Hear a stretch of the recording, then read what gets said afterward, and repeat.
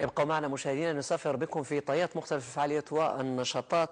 حديث الساعة الاحتفال بالمولد النبوي الشريف، والموعد سيكون بالمسجد الكبير بتلمسان، أين ستكون الاحتفالات المخلدة لذكرى مولد خير الأنام الرسول الأكرم محمد صلى الله عليه وسلم. قلت يوم 4 فيفري 2012 بين صلاتي المغرب والعشاء سيكون متبوعا بفعاليات الملتقى الدولي. يوم 5 و6 هو الملتقى الدولي الشيخ محمد بن عبد الكريم المغيلي تحت رعاية السامية والكريمة لفخامة رئيس الجمهورية، وتحضره العديد من الشخصيات الدينية والفكرية من البلدان العربية والإفريقية. على هامش هذا الملتقى الدولي ستوزع فيه الجائزة الدولية لإحياء التراث الإسلامي المخصصة لشخصية المغيلي. قلت هذا في صلب الحديث عن الاحتفالات المخلدة للمولد النبوي الشريف. عاصمة التيتر المندية كذلك ترافقها بنشاط مهم، وبالتحديد جمعية شباب بلا حدود ستحتفل مع المسنين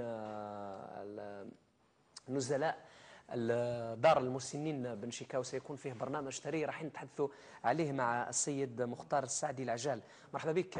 مرحبا بك، صباح الانوار لك وكل مشاهدين. كل عام وانت طيب سعيد ان شاء الله يا رب. لكم والمشاهدين اجمعين. انا في البدايه يعني اشكركم على هذه المبادره، يعني مبادره تستحق الشكر وتستحق العرفان، يعني خاصه عندما راح نتقربوا من هذه الفئه، فئه المسنين. ما لازمش فقط نذكروها ونفكروها فقط في هذه المناسبات، يعني ماذا بيا تكون على مدار العام. في البدايه سي مختار، قبل ما نتحدثوا عن هذا النشاط تحدثنا عن جمعيه شباب بلا حدود. جمعيه شباب بلا حدود هي جمعيه شبانيه تهتم بفئه الاطفال الشباب والمسنين. فيه برامج عده منذ ماي 2006 منذ تاسيس هذه الجمعيه.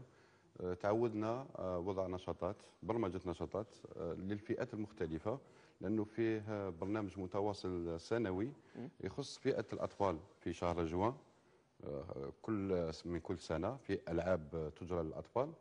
فكذلك بالنسبه للشباب، لانه عندنا كذلك برنامج مع وزاره الشباب والرياضه حول فئه الشباب لتحسيس الشباب بانعكاسات واثار المخدرات.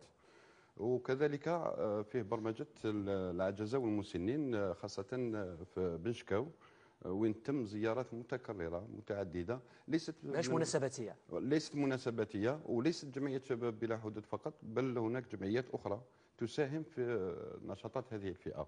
انا زرت المركز يعني على هامش فعاليات المهرجان الثقافي الوطني المسرح الفكاهي، كانت فرصه طبعا للكثير من المبدعين والفنانين المعروفين في الساحه الفنيه من التقرب من هذه الفئه.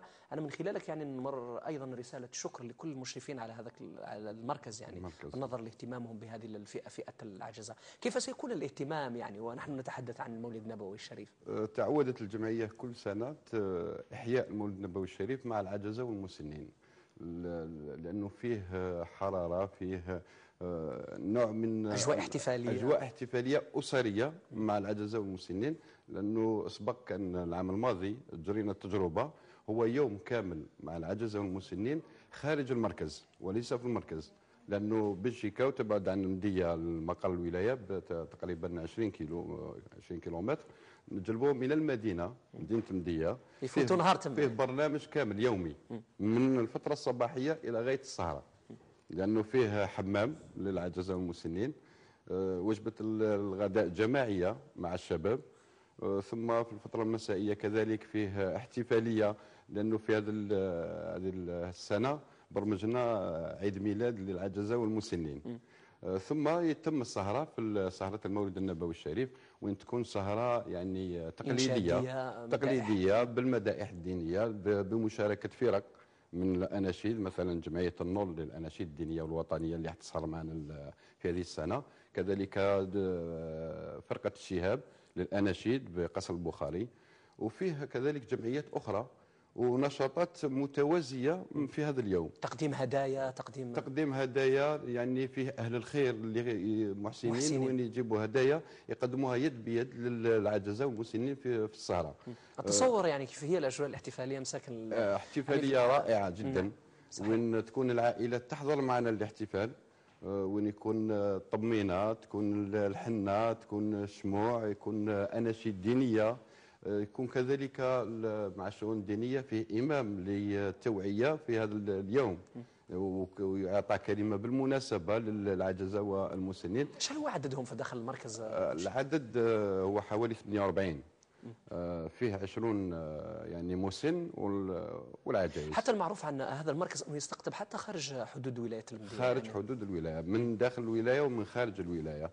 فيه رعاية يعني كبيرة جدا من يعني الهيئات المحلية، وكذلك من الجمعيات الفاعلة في ولاية المدية، لأنه قلت لك ماهوش فقط شباب بلا حدود، لأنه فيه برامج في هذا اليوم كذلك. عندنا مثلا أحباب المدينة اللي هم مشكورين كذلك، يقدموا فيه برنامج للمستشفى محمد بوضياف، وين راح نقدموا هدية لكل مريض في المستشفى، وفيه هدايا كثيرة جدا جلبوها المحسنين لتقديمها لهذه الفئة، فئة في المستشفى، وكذلك العجزة والمسنين. احنا ما نفوتوش فرصة أننا نحتفل مع العجزة أكيد باش نذكروا يعني كل خاصة عائلتهم ولا أسرهم، يعني أنهم يعني يلتافتوا ربما ولا أنهم يصوبوا الخطأ تاعهم. يعني كيف تعمل الجمعية على هذا؟ احنا كذلك لأن الهدف من وراء فيه رسالة كذلك للمجتمع، هو يعني دفء العائلة والأسرة. هناك فرق بين المركز حتى وإن كانت رعاية تامة وبين التكفل التام، لكن الأجواء الأسرية أحسن بكثير.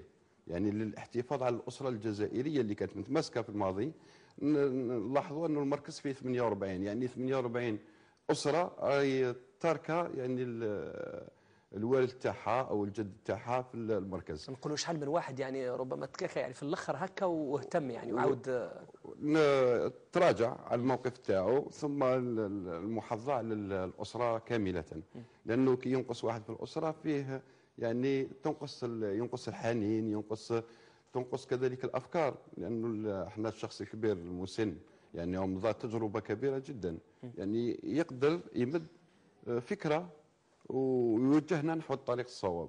يعني واحنا من خلال هذا اليوم نحسس المجتمع بضروره التكافل والتضامن الاسري قبل كل شيء، ومظاهر التواصل الانساني، مظاهر التواصل الانساني بين جيل وجيل، بين افراد الاسره في حد ذاتها، لانه احنا في الاحتفال تاع المولد النبوي الشريف يعني الاهم هو لم شمل الأسرة.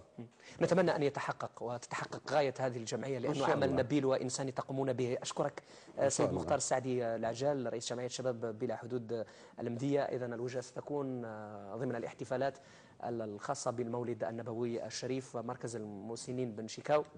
سيكون فيه اهتمام بهذه الفئة، تعامل جميل، وأنا أقول تعامل بريء يعني خاصة من شبابنا وشبيبتنا اللي تهتم بهذه الفئة. باختصار فقط إن سمحت. الشباب في المدية كله، ليست الجمعية فقط جمعية شباب بلا حدود، بل الشباب كله حتى الكبار مهتمين بجميع الفئات. فيه تضامن فعلي في مدينة المدية بكل الفئات، وجمعيات مثلا ناس الخير مدية اللي كذلك فيه نشاط، نقول مختلف جمعيات المجتمع، كل الجمعيات المجتمع وحتى السلطات المحلية، لأنه العمل هذا برعاية والي ولاية المدية. أشكرك جزيل الشكر مرة أخرى، ونقول لازم يكون التعامل حسن وجميل يعني مع مختلف فئات المجتمع، خاصة مع فئة ذوي الاحتياجات الخاصة.